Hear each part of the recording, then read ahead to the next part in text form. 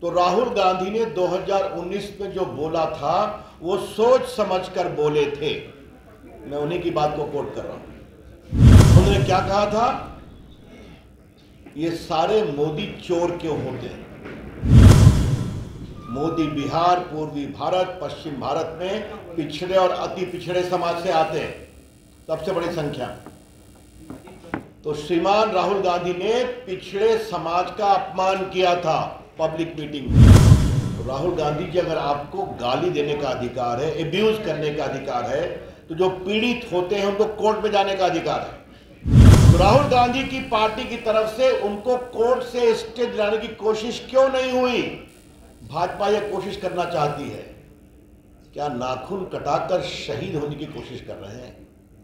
हमारा स्पष्ट आरोप है, जानबूझकर यह नहीं किया गया ताकि कर्नाटक के चुनाव में राहुल गांधी के प्रकरण को भुनाया जाए। राहुल गांधी ने भटकाने की कोशिश की, गलत बयानी की और विषय पर कुछ नहीं बोले। राहुल गांधी को सजा हुई है 2019 में उनके एक भाषण पर। आज राहुल गांधी ने क्या बोला? उनका कमेंट था, मैं सोच समझकर बोलता हूं। तो राहुल गांधी ने 2019 में जो बोला था वो सोच समझकर बोले थे। मैं उन्हीं की बात को कोट कर रहा हूं। और उन्होंने क्या कहा था? ये सारे मोदी चोर क्यों होते हैं? मोदी बिहार, पूर्वी भारत, पश्चिम भारत में पिछड़े और अति पिछड़े समाज से आते हैं, सबसे बड़ी संख्या। तो श्रीमान राहुल गांधी ने पिछड़े समाज का अपमान किया था पब्लिक मीटिंग में। आलोचना करने का अधिकार है, गाली देने का अधिकार नहीं है। और राहुल गांधी ने गाली दी थी, बेइज्जत किया था, बेबुनियाद बातें की थी। तो राहुल गांधी जी, अगर आपको गाली देने का अधिकार है, एब्यूज करने का अधिकार है, तो जो पीड़ित होते हैं उनको कोर्ट में जाने का अधिकार है। वो कोर्ट में सुनवाई हुई, उनको भी अपनी बात कहने का वकील के माध्यम से मौका मिला। कोर्ट ने पूछा आप माफी मांगेंगे? उन्होंने कहा मैं माफी नहीं मांगूंगा। तब यह फैसला हुआ है। और ये राहुल गांधी पर 7 मुकदमे और चल रहे हैं डिफेमेशन के। तो ये जो कहा जा रहा है उनको फंसाने की कोशिश की गई है, इसका आज की घटना अडानी प्रकरण से कोई मतलब नहीं है। 2019 में उन्होंने पिछड़ों का अपमान किया पब्लिक मीटिंग में, जिसको मोदी समाज के लोगों ने बहुत पीड़ादायक पाया।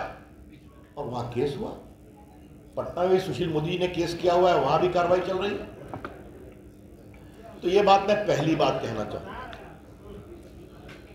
दूसरी बात, और ये बहुत इंपॉर्टेंट है, कि राहुल गांधी जी कुछ अगर सोच समझकर बोलते हैं तो भाजपा ये मानती है उन्होंने जानबूझकर पिछड़ों का अपमान किया है, और भाजपा इसकी पूरी भर्त्सना करती है। और देश भर में हम राहुल गांधी के खिलाफ पिछड़ों के अपमान के लिए जबरदस्त आंदोलन करेंगे भाजपा की ओर से, यह हम कहना चाहते हैं।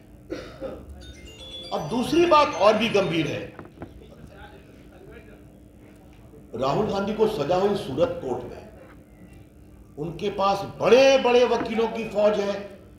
जरा पत्रकार भी शांत रहें कृपा करके। बड़े बड़े वकीलों की फौज है। देश के बड़े बड़े वकील राज्यसभा में बैठे हैं कांग्रेस की ओर से। वो लोग सूरत में जाके सेशन कोर्ट में स्टे क्यों नहीं आग्रह किया? वो हाई कोर्ट क्यों नहीं गए? वो सुप्रीम कोर्ट क्यों नहीं गए? यही कांग्रेस के प्रवक्ता पवन खेड़ा का मामला था। दिल्ली हवाई अड्डे पर कुछ हुआ जहां उन्होंने कहा था मोदी तेरी खबर खुदेगी और बहुत कुछ कहा था। तो 1 घंटे में सुप्रीम कोर्ट से वो स्टे ले आए। तो कांग्रेस की वो फौज राहुल गांधी पर खामोश क्यों थी? भाजपा ये सवाल उठाना चाहती है। राहुल गांधी अकेले नहीं है, 32 लोगों को डिस्क्वालीफाई किया गया है देश भर में। उसमें 6 भाजपा के लोग भी डिस्क्वालीफाई हुए हैं, सजा हुई, डिस्क्वालीफाई हो गए। उसमें अखिलेश जी की पार्टी के हैं, उसमें लेफ्ट के लोग हैं, उसमें कांग्रेस के लोग हैं। बिहार में लालू प्रसाद जी डिस्क्वालीफाई हुए, जयललिता जी डिस्क्वालीफाई हुई। अभी जो मोकामा का बाई इलेक्शन हुआ था वो तो सजा के बाद ही डिस्क्वालीफाई हुए थे। जब देश का कानून है कि आपको 2 साल की सजा होगी तो आप तुरंत डिस्क्वालीफाई हो जाएंगे अगर आपके कन्विक्शन को कोर्ट स्टे नहीं करता। तो राहुल गांधी की पार्टी की तरफ से उनको कोर्ट से स्टे दिलाने की कोशिश क्यों नहीं हुई? भाजपा यह कोशिश करना चाहती है, क्या नाखून कटाकर शहीद होने की कोशिश कर रहे हैं? हमारा स्पष्ट आरोप है, जानबूझकर यह नहीं किया गया ताकि कर्नाटक के चुनाव में राहुल गांधी के प्रकरण को भुनाया जाए। और ऐसा संकेत उनकी बहन के साथ साथ बाकी लोगों ने भी कहा है। यह बात हम स्पष्ट कहना चाहते हैं। इसलिए जो पूरा प्रकरण है आज का प्रेस कॉन्फ्रेंस, यह सब कुछ एक सोची समझी रणनीति है कि राहुल गांधी को एक बलिदानी बताओ और कर्नाटक में इसका लाभ लो। या फिर तीसरी बात है, क्या कांग्रेस के अंदर कुछ अंदरूनी पॉलिटिक्स चल रही है? राहुल को कांग्रेस से हटाओ और कांग्रेस बचाओ, इसका जवाब तो कांग्रेस को देना पड़ेगा। इसलिए मैं फिर कहता हूं कि राहुल गांधी जी, आपके कन्विक्शन के बाद आपके यहां बड़े बड़े देश के नामी गिरामी वकीलों की फौज है, उन्होंने स्टे की कोशिश क्यों नहीं की? तो क्या राहुल गांधी जी आपके लिए अलग कानून बनेगा क्या? 32 लोग डिस्क्वालीफाई हुए तो बाई इलेक्शन हुआ, तो आपके लिए क्या अलग कानून बनेगा क्या? उसकी पूरी सूची मैं चर्चा कर चुका हूं, आपको अभी मैंने कुछ संकेत दिए। आज राहुल गांधी ने फिर झूठ बोला। क्या बोला? कि मैंने लंदन में कुछ नहीं कहा था। आज मैंने इस पर दिल्ली में प्रेस किया था। वो जैसे ही हारते हैं तो विदेश में जाकर भारत के लोकतंत्र का विलाप करते हैं। राहुल गांधी की पॉलिटिक्स बहुत सीधी है। हमको जनता वोट देगी, लोकतंत्र ठीक है। हम हारेंगे, लोकतंत्र खराब है। हम जीतेंगे, चुनाव आयोग ठीक है। हम हारेंगे, चुनाव आयोग खराब है। अगर हमारे पक्ष में न्यायालय ने फैसला किया, न्यायालय निष्पक्ष है। अगर नहीं आया तो न्यायालय कमजोर है। यह उनकी रणनीति है। अभी वो हारे नागालैंड में, हारे त्रिपुरा में, हारे मिजोरम में, और सब अल्पसंख्यक बहुल इलाके हैं। तो लंदन में जाके बोला। आज उन्होंने क्या कहा? हमने कुछ नहीं कहा है ऐसा कि अमेरिका और यूरोप को इसके बारे में विचार करना चाहिए। राहुल गांधी ने आज फिर झूठ बोला है। इसे राहुल गांधी ने लंदन में क्या कहा है आपको हम सुनाना चाहते हैं। सुनाओ।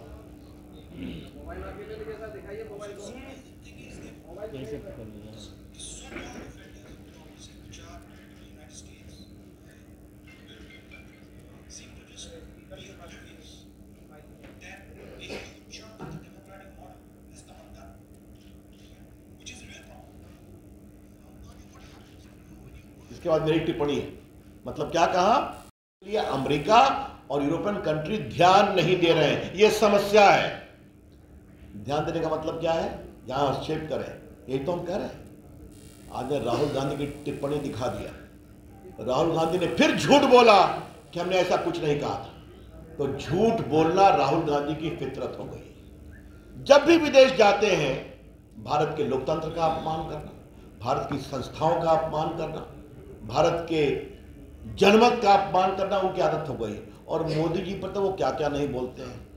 मेरे पास पूरी उनकी टिप्पणी है कि वो विदेश में क्या क्या बोलते हैं। भारत राष्ट्र नहीं है, राज्यों का संघ है। और क्या हमारे लोकतंत्र पर बर्बर हमले हो रहे हैं। और क्या पुलवामा हमला कार धमाका था, आतंकवादी धमाका नहीं था। और क्या चीन की तारीफ की कि चीन ने प्रकृति के साथ विकास किया है, सद्भावना के साथ। ये सारी उनकी टिप्पणी। और क्या कहा? बालाकोट और पुलवामा का सेना सबूत देखा था ना, तो सेना की शहादत का सबूत राहुल गांधी मानते हैं। और चीन के अपने ट्रस्ट में पैसे लेते हैं, ये भी आप सभी जानते हैं। दिखा दीजिएगा।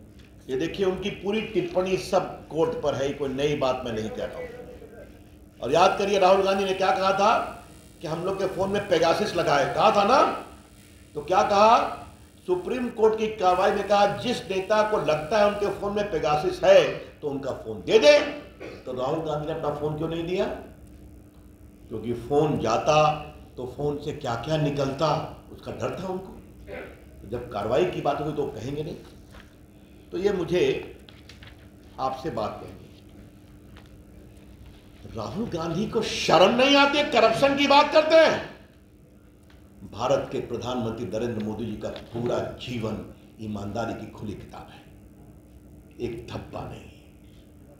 9 साल से भारत के प्रधानमंत्री हैं, ईमानदारी से देश आगे बढ़ रहा है। राहुल गांधी जी भ्रष्टाचार के मामले में बेल पर है, पता है ना आप लोग को, उनको भी, और संसद में मैंने ये बात कही थी। नेशनल हेराल्ड के प्रकरण में इनकी माताजी बेल पर है, ये बेल पर है, क्योंकि मात्र कुछ लाख रुपए देकर नेशनल हेराल्ड की 5000 करोड़ की प्रॉपर्टी दिल्ली में, पटना में, लखनऊ में, चंडीगढ़ में, मुंबई में अपने नाम कर लिया, यंग इंडिया लिमिटेड में, जिसमें 76% शेयर राहुल जी और सोनिया जी का है। बाकी स्वर्गीय जो छत्तीसगढ़ नेता थे अब स्वर्गवासी हो गए, और पूरा नेशनल का शेयर खरीद लिया। मामा कोतरोगी को किसने बचाया? राहुल गांधी जी ने बोफोर्स में, आपकी सरकार ने बताया, क्योंकि आपके परिवार से उसका संबंध था, उसको भगाने में मदद किया, दलाली के पैसे उसको छुड़वाने में मदद किया। ये पूरा आदर्श घोटाला, पूरा आपका कॉमनवेल्थ घोटाला, पूरा एयर हेलीकॉप्टर घोटाला, पूरा आपका सबमरीन घोटाला, पूरा कोयला घोटाला, पूरा 2G, राहुल गांधी जी मनमोहन की सरकार की पूरी सरकार भरी हुई है, और आपकी सरकार में जो घोटाले हुए, और आप नरेंद्र मोदी पर कीचड़ उछालते हैं। तो राहुल गांधी जी आप तो स्वयं बेल पर हैं भ्रष्टाचार के मामले में, और आप बात कर रहे हैं हमारे ऊपर, जबकि ईमानदारी से देश का काम चलता है। आज राहुल गांधी जी ने अडानी प्रकरण पर फिर कुछ बोला है। मैं आपको एक बात बताना चाहता हूं, लोकसभा में राष्ट्रपति के अभिभाषण पर उन्होंने ये बेबुनियाद बातें फिर कही थी, बिना सिर पैर के, बिना किसी सबूत के। वो झूठ कैसे बोले, मैंने अभी आपको उसको प्रमाण दे दिया। अडानी जी को हमको डिफेंड नहीं करना है, भाजपा कभी डिफेंड नहीं करती है, लेकिन भाजपा किसी को फंसाती हुई भी नहीं है। आज राहुल गांधी जी अडानी पर बहुत बोले हैं, तो थोड़ा बहुत संक्षेप में कुछ बातें हम अडानी प्रकरण के बारे में। राहुल गांधी के माइकल माइन ऑस्ट्रेलिया में अडानी ग्रुप ने खरीदा था, तो क्या मनमोहन सिंह गए थे? 2010 में यूपीए रोल में अडानी ने 1.6 बिलियन डॉलर इंडोनेशियन गवर्नमेंट में रेल और इंफ्रास्ट्रक्चर के लिए घोषणा किया था, और 2011 में यूपीए रूल में अडानी ने Galilei mine Abbott point port Australia में खरीदा था। तो ये तो आपकी सरकार में हो रहा था, तो क्या वो बार बार आपके लोग जा रहे थे क्या साथ में? और सुनिए, उनकी सरकार में और क्या क्या हुआ है, तो मैं आपको बताना चाहता हूं कि 65,000 करोड़ का पूंजी निवेश अडानी ग्रुप राजस्थान में कर रहा है, 15,000 करोड़ का बंगाल में कर रहा है, और उसकी माइन को एक्सटेंशन मिला है छत्तीसगढ़ में 2022 में उनकी कांग्रेस सरकार ने, और केरला में भी हो रहा है। तो देश के व्यापारी देश के लिए काम करें, अच्छी बात है। तो आपके यहां कैसे राजस्थान में 65,000 करोड़ अडानी लगा रहे हैं आपकी सरकार में? ये कौन सी बात है? तो झूठ बोलना, बेबुनियाद आरोप लगाना राहुल गांधी की फितरत है। याद करिए, राफेल के मामले में चौकीदार चोर कहा था ना, और बाद में सुप्रीम कोर्ट ने जब डांट लगाई तो उन्हें माफी मांगा, और 10 साल तक भारत के वायुसेना के लिए मारक हवाई जहाज वायुसेना के बार बार कहने के बावजूद नहीं दिया गया, क्योंकि कट और कमीशन नहीं मिला था। बाद में मोदी जी आए तो पहले साल में ही आज राफेल गर्जना करता हुआ भारत को सुरक्षित रख रहा है। तो ये तो सीधी सी बात है। तो कांग्रेस के बारे में मैं कहूंगा, कांग्रेस पार्टी का परिचय राहुल गांधी क्या है? 4: कट, कमीशन, करप्शन, कांग्रेस। फिर मैं रिपीट करता हूं, कांग्रेस पार्टी का 4C: cut, commission, corruption, Congress. और ये राहुल गांधी जी, नरेंद्र मोदी ऐसे महान शक्तिशाली नेता के बारे में इस तरह की बेबुनियाद टिप्पणी करते हैं, जिसके कारण भारत दुनिया की 5वीं इकॉनमी बन गया, जिसकी जो दुनिया के सबसे लोकप्रिय नेता हैं, जो देश के 80 करोड़ गरीबों को खाना खिलाते हैं, जिसकी राज में गरीब खुश है, देश सुरक्षित है और भारत विकासशील विकसित भी हो रहा है। तो समस्या मित्रों, अंतिम बात मैं कहूंगा क्या है, राहुल गांधी की समस्या यही है कि उनको वोट नहीं मिलता। तो संजय बाबू, उनको वोट नहीं मिलता तो हम लोग क्या करें? अब आप ही बता दीजिए, क्या हम लोग जनता से उनके लिए वोट मांगे? बार बार जाते हैं, हार जाते हैं, मुश्किल से हिमाचल में निकल पाए, 14 हारे, 19 हारे, अभी मेघालय हारे, त्रिपुरा हारे, नागालैंड हारे, कर्नाटक भी हारेंगे और 24 में देश भी हारेंगे। राहुल गांधी ये नहीं समझते कि देश आज कांग्रेस पार्टी की नीति से उब चुका है। तो क्या बोलते हैं, मेरे अगले भाषण से मोदी जी डर जाएंगे। संजय बाबू पहले अपनी आंख से डराते थे ना कि हमसे आंख नहीं मिलाएंगे मोदी जी, याद है ना? तो हमने कहा हमारे नेता मोदी जी को छोड़ दीजिए, राहुल गांधी जी, संसद में हम लोग भी बैठते हैं, हम लोग से आंख मिला लीजिए, जरा हम ही आपका जवाब दे दें। तो आंख तो मिलती नहीं। अब मोदी जी कह रहे हैं मोदी जी मेरे अगले भाषण से डर जाएंगे। क्या क्या बातें। आज फिर उन्होंने श्रीलंका की बात कही है। श्रीलंका ने पूरे अडानी प्रकरण पर जवाब दे दिया, मेरे पास सारे उनके ट्वीट्स हैं राष्ट्रपति के, सबके। ये बिल्कुल गलत बात है। तो झूठ बोलना, बेबुनियाद आरोप लगाना, बस एक ही है कि हमारे पिताजी प्रधानमंत्री, हमारी दादी जी प्रधानमंत्री, हमारे परदादा जी प्रधानमंत्री और भारत के प्रधानमंत्री का एकमात्र पट्टा तो भगवान ने मेरे लिए दिया है, जनता में वोट क्यों नहीं देती? समस्या यही है। तो राहुल गांधी जी, आपको वोट और नहीं मिलेगा। इस तरह की बेबुनियाद बात करना बंद करिए। अंत में यही कहूंगा, राहुल गांधी ने देश के पिछड़ों का अपमान किया है और आज फिर कहा जानबूझकर वो बोलते हैं, सोच समझकर बोलते हैं। तो मतलब सोच समझकर देश के पिछड़ों का अपमान किया है। भारतीय जनता पार्टी इसको बहुत ही गंभीर विषय बनाएगी और देश में इसका विरोध करेगी। धन्यवाद।